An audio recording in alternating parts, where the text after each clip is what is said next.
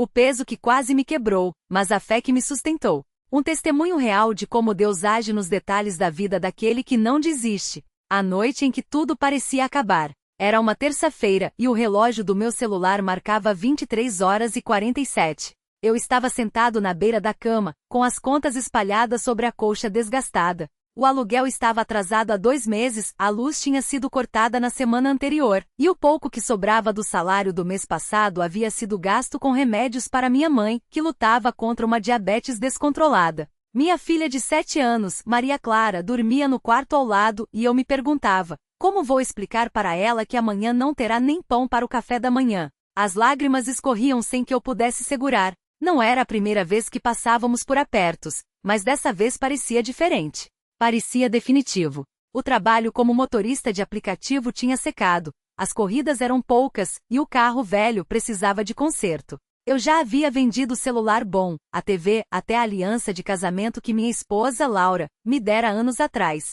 Ela, aliás, tinha ido embora há 6 meses, cansada das brigas, das dívidas, da minha amargura. Você só sabe reclamar, não confia em ninguém, nem em Deus, foram suas últimas palavras antes de fechar a porta. E ela tinha razão. Eu reclamava. Reclamava de Deus, da vida, da igreja. Havia sido batizado na CCB aos 19 anos, mas nos últimos tempos, minha fé tinha virado só um hábito. Ia aos cultos porque era o certo. Cantava os hinos sem sentir, orava com palavras vazias. Até que há 3 meses, parei de ir. De que adianta? Deus não me ouve. Essa era a minha desculpa. Mas naquela noite, com as paredes apertando meu peito, algo dentro de mim quebrou. Não de desespero, mas de cansaço de lutar sozinho. Peguei a Bíblia que estava empoeirada na cabeceira, um presente do irmão Paulo da congregação, quando eu ainda era cooperador. Abri aleatoriamente e meus olhos caíram em Salmos 34, 18. Perto está o Senhor dos que têm o coração quebrantado e salva-os de espírito oprimido. Aquilo doeu. Porque eu sabia que era verdade, mas tinha me afastado. Tinha escolhido me afastar. O primeiro passo de volta. Na manhã seguinte, acordei com um peso no estômago, mas também com uma determinação estranha. Antes de qualquer coisa, coloquei Maria Clara na escola, graças a Deus, a mensalidade estava em dia, e fui até a padaria do seu João, que me conhecia desde criança. Seu João, o senhor tem como me adiantar uns pães? Pago semana que vem, juro. Ele me olhou, coçou a barba branca e suspirou. Rapaz, você já me deve desde o mês passado. Não posso mais. Eu já ia virar as costas, envergonhado, quando ele chamou. Mas, espera aí. Foi até os fundos e voltou com um saco de pão de ontem. Não é fresquinho, mas tá bom. E ele baixou a voz. Tem um envelope aqui que um homem deixou para você ontem à tarde. Disse que era urgente. Meu coração disparou. Um envelope? Quem sabia que eu estava assim? Dentro havia R$ 350 e um bilhete com letras miúdas. Irmão, o Senhor me colocou no coração para te ajudar. Não desista. Deus está vendo. Um cooperador. Não tinha assinatura. Não tinha explicação. Só aquilo. Eu caí no chão da padaria e chorei. Não era o dinheiro, que aliás, daria para pagar a luz e comprar comida por alguns dias. Era o sinal. Deus não tinha me esquecido. O culto que mudou tudo. Naquela noite fui ao culto. Não por obrigação, mas porque precisava. Cheguei atrasado com vergonha e me sentei nos fundos. O irmão que estava pregando falava sobre Elias e a viúva de Sarepta, 1 Reis 17. Como Deus proveu para ela no meio da fome, quando tudo parecia perdido. Deus não nos promete uma vida sem provas, mas promete estar conosco nelas. E muitas vezes, Ele usa as mãos daqueles que menos esperamos para nos abençoar.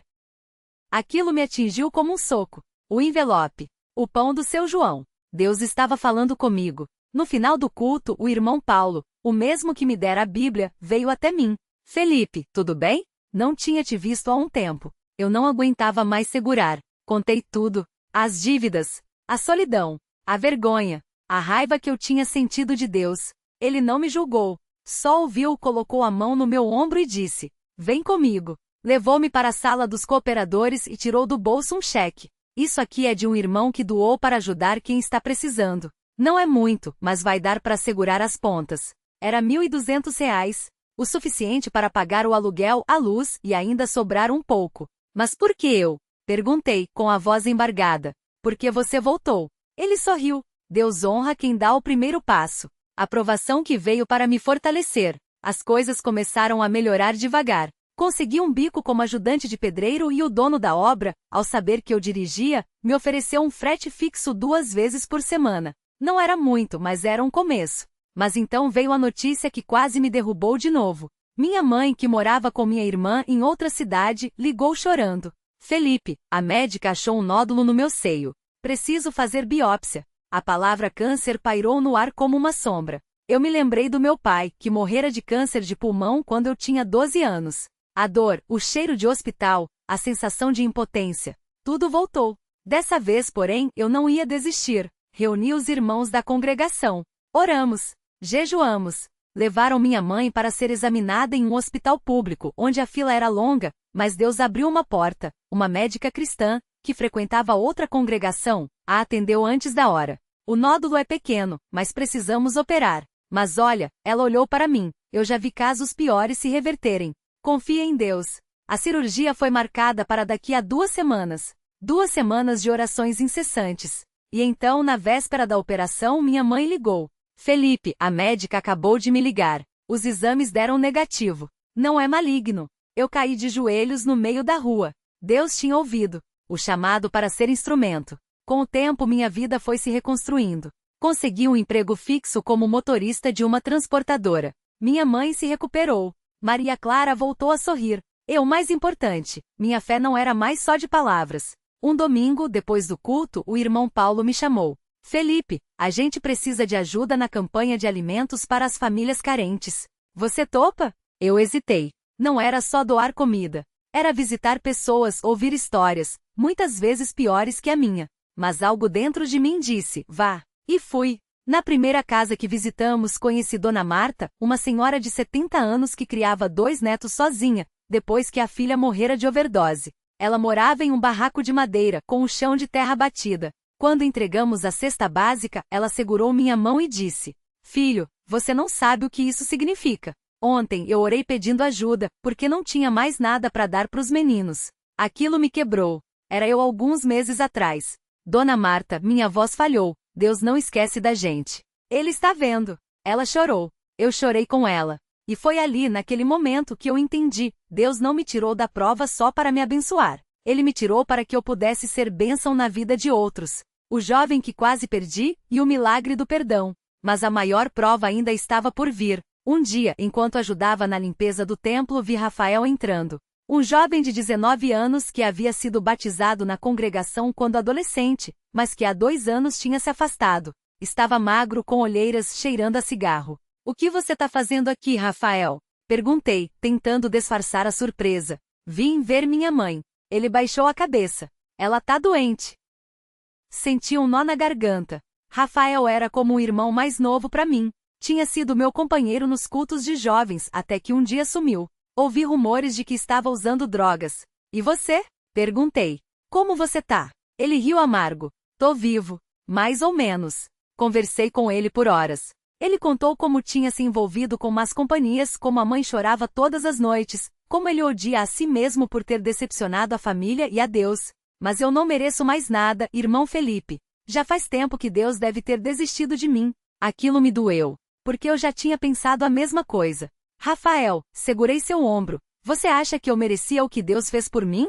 Que eu era melhor que você? Eu também me afastei. Eu também duvidei. Mas sabe o que Deus fez? Ele me esperou. E Ele tá esperando por você agora. Os olhos dele brilharam. Você acha que ainda tem jeito? Não só acho. Tenho certeza. Naquela noite, Rafael voltou para o culto. Chorou. Pediu perdão. E 3 semanas depois foi batizado nas águas em nome de Jesus Cristo para perdão dos pecados. Hoje, ele é cooperador. E toda vez que prega, ele conta. Deus não olha para o seu passado. Ele olha para o seu coração. A lição que levarei para sempre. Hoje, 3 anos depois daquela noite em que tudo parecia perdido, minha vida é totalmente diferente. Minha filha está na escola feliz. Minha mãe está saudável, louvando a Deus. Eu tenho um trabalho estável e, mais importante, uma fé que não se abala. E Rafael, ele é um dos jovens mais dedicados da congregação. Mas o mais incrível não é o que Deus fez por mim, é o que ele fez através de mim. Hoje, quando vejo um irmão desanimado, eu digo: continue firme. Deus não desampara. Quando alguém pergunta como eu superei, eu respondo: não foi força minha. Foi Deus. E quando sinto o peso das provas novamente porque elas sempre voltam, de uma forma ou outra, eu me lembro daquela noite na padaria, do envelope sem assinatura, da mão do irmão Paulo no meu ombro. Deus não nos promete uma vida sem lutas, mas Ele promete estar conosco nelas. E isso basta. Um convite para você. Se você está lendo isso e pensa, será que ainda tem jeito para mim? Eu quero te dizer uma coisa. Sim, tem. Não importa o quanto você se afastou. Não importa o quanto errou. Deus não desistiu de você. Ele está esperando. Não com braços cruzados, mas com as mãos estendidas, dizendo, volte. Eu te amo. E quando você der o primeiro passo, você vai ver. As portas vão se abrir. Talvez não do jeito que você espera. Talvez não no tempo que você quer. Mas vão se abrir. Porque Deus é fiel. Mesmo quando nós não somos. Glória a Deus. Que este testemunho fortaleça sua fé. Que ele te lembre, você não está sozinho. E se hoje você está passando por uma prova, não desista. Fique firme. Ore. Confie. Porque a obra que Deus começou em você, Ele vai terminar. Amém. A provação que veio como um fogo selvagem. Eu nunca vou esquecer daquele domingo, 3 meses depois de tudo ter se acalmado. O irmão Paulo me chamou depois do culto e disse, com aquele jeito sério que ele tinha, João, o irmão Miguel precisa de você. Não precisei perguntar quem era. Todo mundo na congregação conhecia o irmão Miguel. Um homem de quase 60 anos, viúvo há 5, que tinha criado sozinho 3 filhos. Trabalhava como vigia noturno em uma fábrica e há alguns meses, os filhos tinham se mudado para outra cidade em busca de trabalho. Ele ficou sozinho, alugando um quartinho nos fundos de uma casa perto da igreja. O que aconteceu? Perguntei, já sentindo um aperto no peito. Ele está doente. Os médicos falam em algo no pulmão. E ele não tem mais ninguém. Naquela noite, depois do jantar, fui até a casa dele. O cheiro de mofo e remédio me atingiu assim que abri a porta. O irmão Miguel estava deitado em uma cama estreita, com um lenço sujo de sangue no peito. Quando me viu, tentou se levantar, mas a tosse o derrubou de volta. Irmão João, ele disse, ofegante. Desculpe a bagunça. Eu me aproximei, sentei na única cadeira do quarto e peguei sua mão. Era uma mão grossa, cheia de calos, de quem tinha trabalhado a vida inteira. Irmão Miguel, não se preocupe com isso. O que o médico falou? Ele baixou os olhos. Disseram que pode ser coisa feia, que eu preciso fazer uns exames, mas ele fez uma pausa, engolindo em seco. Não tenho dinheiro, irmão, nem para passar no médico direito. Eu não sabia o que dizer. Não era como se eu tivesse uma solução mágica. Mas então me lembrei daquela noite na padaria, do envelope sem assinatura, da mão de Deus agindo quando tudo parecia perdido. Irmão Miguel, falei, apertando sua mão. Deus não nos abandonou até aqui. Ele não vai abandonar você agora. Ele olhou para mim, os olhos cheios de lágrimas não derramadas. Mas e se for tarde, irmão? E se Deus já tiver feito tudo o que podia por mim? Aquela pergunta me atingiu como um soco. Porque eu já tinha me feito a mesma pergunta muitas vezes. Naquela época em que as contas não fechavam, quando o Rafael ainda não tinha voltado, quando parecia que Deus estava surdo às minhas orações. Irmão, eu disse, com a voz embargada, Deus não tem tarde. Para ele, um dia é como 1000 anos, e 1000 anos como um dia. Se ele te trouxe até aqui, é porque ainda tem um propósito. Ele fechou os olhos, e uma lágrima escorreu pelo seu rosto enrugado. Reze por mim, irmão João.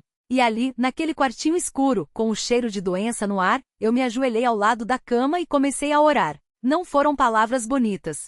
Não foi um sermão. Foi só um homem clamando a Deus por outro homem com o coração nas mãos. Senhor, o Senhor sabe da necessidade do irmão Miguel. O Senhor conhece cada fio de cabelo da cabeça dele. Se é da tua vontade, cura o Senhor. Mas se não for, dá a ele força para suportar. E nos mostra o que podemos fazer por ele. Em nome de Jesus, amém. Quando levantei, o irmão Miguel estava chorando silenciosamente. E eu também. A igreja em ação. No dia seguinte, fui até o irmão Paulo e contei tudo. Ele ouviu em silêncio, como sempre fazia, e depois disse: vamos levar isso aos irmãos. Naquela noite, depois da reunião de doutrina, o irmão Paulo se levantou e pediu licença ao irmão que estava dirigindo. Ele contou a situação do irmão Miguel sem dramatizar, sem pedir nada diretamente. Só colocou o fato diante da congregação. Irmãos, o irmão Miguel é um dos nossos. Ele tem servido a Deus por anos, mesmo nas dificuldades. Agora, ele precisa de nós. Não houve arrecadação. Não houve vaquinha. Mas no domingo seguinte, quando fui visitar o irmão Miguel novamente, ele estava sentado na cadeira, com um sorriso no rosto. Irmão João, olha só o que aconteceu. Na mesinha ao lado da cama havia um envelope. Dentro, dinheiro suficiente para os exames e as primeiras consultas. E não era só isso. A irmã Maria veio ontem e trouxe comida. O irmão Carlos disse que vai me levar no médico. E a irmã Ana, sua voz falhou. Ela disse que vai vir todo dia para me ajudar a tomar os remédios. Eu sorri, sentindo aquele calor no peito que só vem quando a gente vê a mão de Deus agindo. Isso é a igreja, irmão Miguel. Isso é o corpo de Cristo. Ele assentiu, os olhos brilhando. Eu sei, irmão. Eu sei. O diagnóstico e a fé que não cede. Os exames vieram. E a notícia não foi boa. Câncer. No pulmão esquerdo. Em estágio avançado. Quando o irmão Paulo me contou, senti como se o chão tivesse se aberto debaixo dos meus pés. Como assim? Depois de tudo, depois das orações, depois da ajuda dos irmãos. Por que Deus permitia isso? Mas quando fui visitar o irmão Miguel, ele estava tranquilo. Não com uma tranquilidade de quem desistiu, mas de quem tinha uma certeza que eu ainda não entendia. Irmão João, ele disse, com um sorriso fraco. Eu já vivi mais do que muitos. Minha esposa foi para a glória, meus filhos estão bem. Se Deus quiser me levar, eu vou com ele de mão dada. Eu não consegui responder. Só balancei a cabeça, sentindo as lágrimas queimando. Mas e a dor, irmão? Perguntei finalmente. E o medo? Ele fechou os olhos por um momento. A dor, eu ofereço a Deus como sacrifício. O medo, ele abriu os olhos e olhou para mim. O medo eu entrego a ele todos os dias. Porque se ele cuidou de mim até aqui, vai cuidar de mim até o fim. Aquilo me quebrou. Porque era uma fé que eu ainda não tinha. Uma fé que não dependia das circunstâncias, mas só de Deus. A última lição do irmão Miguel. As semanas passaram. O irmão Miguel foi ficando mais fraco, mas sua fé não.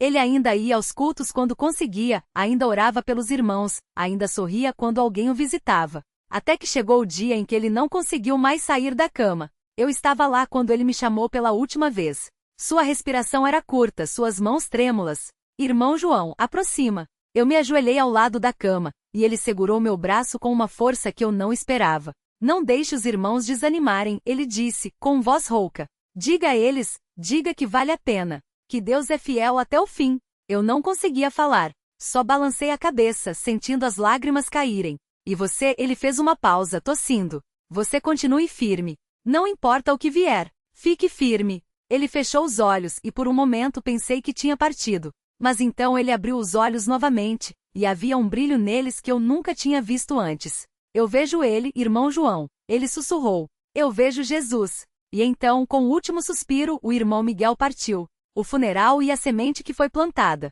O velório foi simples, como ele teria querido. Não houve choro histérico, não houve discursos longos. Só irmãos reunidos cantando hinos, lendo a palavra, lembrando da vida de um homem que tinha servido a Deus até o último suspiro. Quando colocaram o caixão no carro, eu me lembrei das palavras do irmão Miguel, continue firme. E ali, diante daquele ataúde simples, eu entendi algo que mudaria minha vida para sempre. Deus não nos promete uma vida sem dor, não nos promete que sempre entenderemos seus caminhos. Mas Ele nos promete que se permanecermos fiéis mesmo na dor, mesmo na incompreensão, Ele estará conosco. E isso é suficiente. O jovem que voltou. 2 meses depois da partida do irmão Miguel, algo inesperado aconteceu. Era uma tarde de sábado, e eu estava na porta da igreja conversando com alguns irmãos, quando vi um carro parar na frente. Um jovem saiu, olhando em volta como se não soubesse bem onde estava. E então eu o reconheci. Era o Rafael. Mas não era o mesmo Rafael de antes. Este estava magro, com olheiras, a barba por fazer. Parecia que tinha envelhecido 10 anos em 2. Ele me viu e hesitou. Por um momento pensei que ia virar e ir embora. Mas então ele deu um passo à frente. Pai, ele disse com a voz quebrada. Eu não aguento mais. Não precisei perguntar o que tinha acontecido. Eu já sabia. As ruas não perdoam. As más companhias não constroem. E o Rafael tinha colhido o que tinha plantado. Mas ali, na porta da igreja, com os irmãos ao redor, ele quebrou. Chorou como um menino, confessando tudo, as dívidas, as noites sem dormir, o vazio que nada preenchia. E eu o abracei. Não com raiva. Não com eu avisei. Mas com o mesmo amor que Deus tinha me mostrado naquela noite na padaria. Filho, eu disse com a voz embargada, você está em casa. O batismo nas águas. 3 semanas depois, o Rafael estava de pé na frente da congregação, com uma toalha no ombro, pronto para ser batizado. O irmão Paulo, que tinha sido um pai espiritual para ele desde criança, fez as perguntas de praxe. Rafael, você crê que Jesus Cristo é o Filho de Deus? Sim, irmão, eu creio. Você se arrepende dos seus pecados e quer viver uma nova vida em Cristo? Sim, irmão, me arrependo de todo o coração. E então, diante de todos, o irmão Paulo o batizou em nome de Jesus Cristo para perdão dos pecados. Quando Rafael saiu da água, seu rosto estava diferente. Não era mais o mesmo jovem rebelde. Era um homem novo. E ali, entre os irmãos, com as mãos ainda molhadas da água do batismo, ele olhou para mim e disse: Pai, obrigado por não desistir de mim. Eu só balancei a cabeça, sentindo as lágrimas escorrerem. Não fui eu, filho. Foi Deus. Sempre foi Deus. A lição final. Hoje o Rafael é um dos cooperadores mais dedicados da nossa congregação. Ele visita os doentes, ajuda nos cultos, e toda vez que tem um jovem desanimado, ele vai e diz: Eu já estive onde você está, mas Deus me tirou de lá. Ele pode fazer o mesmo por você. E eu? Bom, eu ainda trabalho na padaria. Ainda oferto, mesmo quando as contas estão apertadas. Ainda oro todos os dias pedindo a Deus que me ajude a ficar firme, porque a vida não ficou fácil. As provas não acabaram. Mas agora eu sei uma coisa: Deus não nos promete um caminho sem pedras. Ele promete estar conosco em cada uma delas. E isso faz toda a diferença. Um convite para você. Se você está lendo isso e pensa, mas a minha situação é pior. Eu já errei demais. Já me afastei demais. Eu quero te dizer uma coisa. Deus não olha para o seu passado. Ele olha para o seu coração. O irmão Miguel ensinou isso. O Rafael vive isso. E eu ainda estou aprendendo, todos os dias. Porque a fé não é sobre ter todas as respostas. É sobre confiar em quem as tem. Então, se hoje você está com medo, se está se sentindo sozinho, se acha que não tem mais jeito, lembre-se. Deus não desampara. Ele está esperando por você. Não com braços cruzados, mas com as mãos estendidas, dizendo: Venha. Eu te amo. E juntos, nós vamos seguir firme. Glória a Deus. Que este testemunho não seja só uma história para você. Que seja um convite. Um convite para confiar. Um convite para ficar firme. Um convite para ver com seus próprios olhos que Deus é fiel. Porque a obra que Ele começou em você, Ele vai terminar. E isso, meu irmão, minha irmã, é uma promessa. Amém.